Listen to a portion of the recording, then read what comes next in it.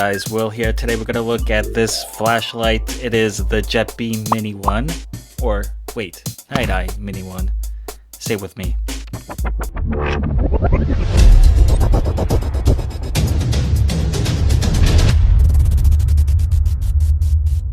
Okay, let's unbox this sucker, and it is quite simple. No speed cuts needed. We just open like this, and that's it. I have already installed the key ring at the very end, and you just get the little labels. Let's just push it out of the way. We just get the labels which says the specs and the modes and different stuff like that. It is quite simple. There is no USB Type-C cable included, which is needed for charging. But I think because of this sort of reason, I have a whole box full of cables, including Type-C cable. It's 2020, and for a person to have a Type-C cable, I think it's more and more likely. So I think that is okay. So let me continue on with specs. We're looking at 2.14 inch by 0.57 inch in thickness. We're looking at 29 grams. So 29 grams is actually double the competitors of what you find usually, because they're mostly plastic, but this is using a stainless steel design for the outside. So it is quite substantial. That's the first thing you notice is the weight. It weighs more. Let's talk about the USB, the Type-C. Nice, you can insert in either direction, and it's just the future. So you know, it's nice to see that Type-C being used more frequently, and kudos for doing that. And you have when you're charging it, it glows red, and that red changes to a green when it's fully charged, and that light is under the button. Very nice. How's the button? The button is nice and crispy. I would say it's more Rovivon like, not mushy like a Nightcore Tiki. And the UI is super intuitive. So what you have, like most other lights, click on, click off, and when it's on, you press the cycle between the different modes, and this is no different. So many lights out there on the market. This might be the very reason why you might choose this keychain flashlight over another one, is because it uses that UI where you click on, click off, and when it's on, you just hold the cycle between the different modes, and it's as simple as that. To access the auxiliary, double click, and when you're in there, you hold the cycle between the different ones. Memorize when you shut off. Very simple. And the UV is inside the third, like that. And the UV offers all that counterfeit money and different stuff like that, the usual. Okay, so let's go over the modes on the primary. So let's click that on. We are starting at the Eco 1 lumen for 15 hours. Next, up to bat, we have a low, which is 35 lumens at 1.5 hours. Next is medium at 100 lumens at 35 minutes. And next is high, which is 200 lumens at 20 minutes. And let me just say that, like all these lights, no matter what, at this type of form, no matter which competitor or whatever, these lights are essentially 100 lumen lights. Whenever they're going higher like that, usually you'll see a kind of steep ramp down, because they basically can't manage that type of heat. It's just not enough. There's just not enough material in the body to manage that. And then you actually have a hold, you know, just kind of like just momentary full blast at their claimed 500 lumens. It is actually quite bright, and they say 10 minutes. I don't know how they measure 10 minutes, because you're only gonna get about 30 minutes before it shuts that down. 30 minutes, 30 seconds, obviously, before it shuts it down, because it's just quite a lot of lumen and heat created.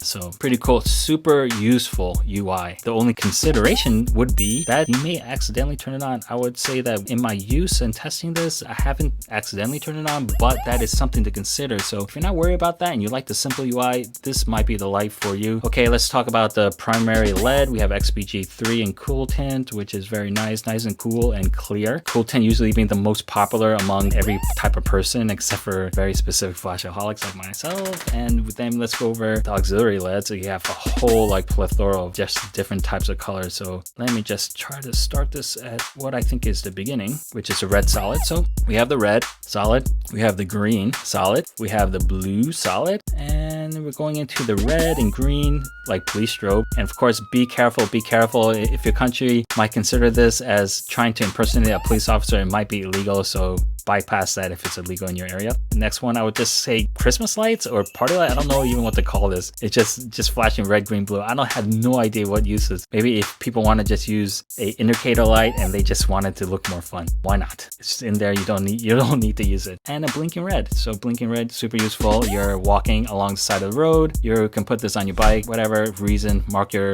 campsite, whatever reason why you want a blinking red light. The light's actually quite bright. They mentioned that it's 150 lumens. I would say these are really bright, much brighter than other type type of competitors, and especially because they have a very clear piece of plastic. I think it's glass or plastic. I think it's a hard plastic, but it's super clear, whatever it is. Very, very nice. And then the UV, and that's for counterfeit money and bodily fluids and different stuff like that. Nice and hidden away. So I think we went through all that UI stuff. How is the beam on this? We have an optic, just like the other type of competitors, and I checked it and it's super smooth, no artifacts, very nice. Beam pattern, PWM. I don't detect any PWM with my eyes or the camera, so very, very clean beam. What else? The thermal. So when I get this flashlight, and I'm thinking that it has a metal body, that I thought that maybe it can handle more heat, or maybe it's able to push, especially because they have their 500 claim lumens. But I have tested on my thermal cam, and I would say that this stainless steel outer body is not so much of a thermal like heatsink. It's more of just protection for the body, and I would say it's blocking. You can see like in the thermal, the pattern, it's like most of the heat's being registered from the window and from the silicon button. So I would say it's not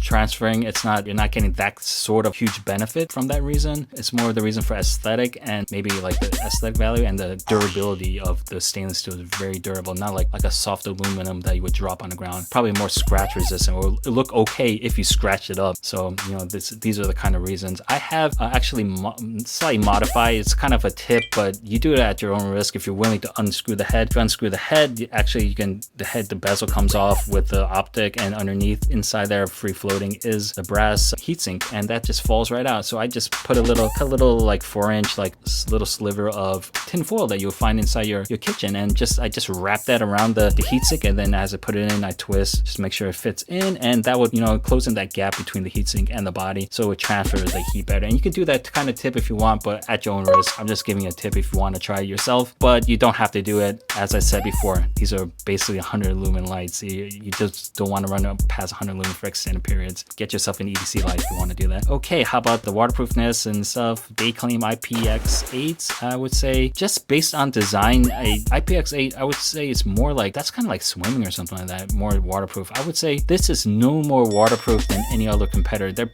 basically the same design as any other competitor, where you have the body and you have like just the silicone button, and you have like these silicone flaps that's just covering the charging ports, and this doesn't offer any more protection than any other competitor. So I would say they're all equally as waterproof to each other, and they're perfectly fine for any kind of heavy rain, or if you drop it into a puddle. But I wouldn't want to go swimming with type of flashlight just based on the design. So the conclusion I would say on this flashlight that I came up with after using it for a while, I would say right now that this is the best gift flashlight right now. And the reason I say that is the perceived value. Before I would think for the Keychain flashlight, I would think the Niteye Tiki would be the best. While the Rovivon is the best flashaholic brand out there for Keychain, giving this just whole like monster size of options for a Keychain flashlight. The Tiki is the cheapest, but the Tiki runs around $28 US.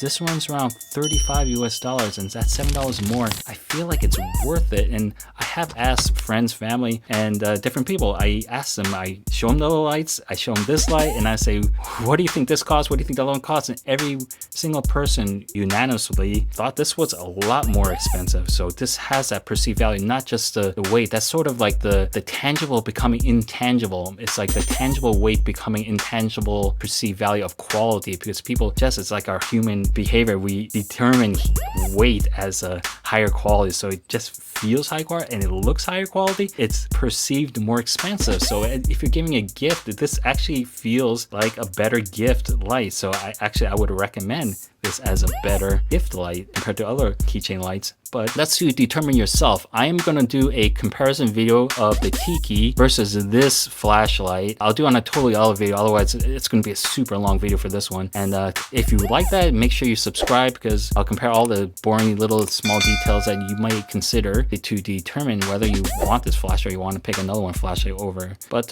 very nice job, Niteye or Jetbeam. I don't know. I don't know what to call you. So make sure you subscribe for those future videos on this. And of course, the most important things, we have the beam shots, primary, auxiliary, that's coming up. Thanks for watching. See you next time.